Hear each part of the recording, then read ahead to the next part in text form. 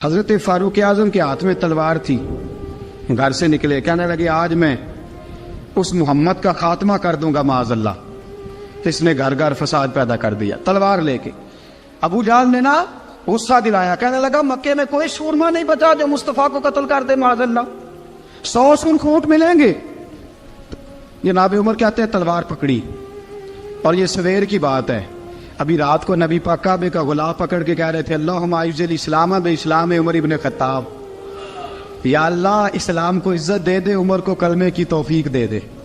رات حضرت عمر کہتے ہیں دن چڑھا تو تلوار لے کے نا میں باہر نکلا، میں نے کہا آج میں چھوڑوں گا نہیں، ہر گھر میں فساد معاذ اللہ، ہر گھر میں لڑائی۔ فرماتے ہیں رستے میں حضرت ارقم بن زید مل گئے، کہنے لگے کدھر جا رہا ہے؟ میں نے کہا آج میں مصطفیٰ کو قتل کروں گا۔ کہنے لگے جا پہلے اپنے گھر کی خبر لے۔ السلام علیکم دوستوں، ہم آپ کے لے کر آئے ہیں اجمل رجا کا بیان، سنے گے تو انشاءاللہ نفع ہوا۔ چلتے ہیں بیان کی طرف۔ تو جدھر جا رہے نا ادھر بعد میں جانا، پہلے اپنے گھر کی پہلے خبر لے۔ کہنے لگا میرے گھر کو کیا ہوا؟ کہنے لگے تیری بہن فاطمہ بنت خطاب اور تیرا بہنوئی سعید بن زید دونوں کلمہ پڑھ چکے، جا پہلے اپنے گھر کی خبر لے۔ حضرت عمر فرماتے میں گیا، بڑا غصہ آیا کہ میرے گھر میں آگ لگ گئی، میں سردار مکے کا اتنا سخت گیر آدمی، میرے گھر میں اسلام آ گئے۔ فرماتے میں نے جا کے نا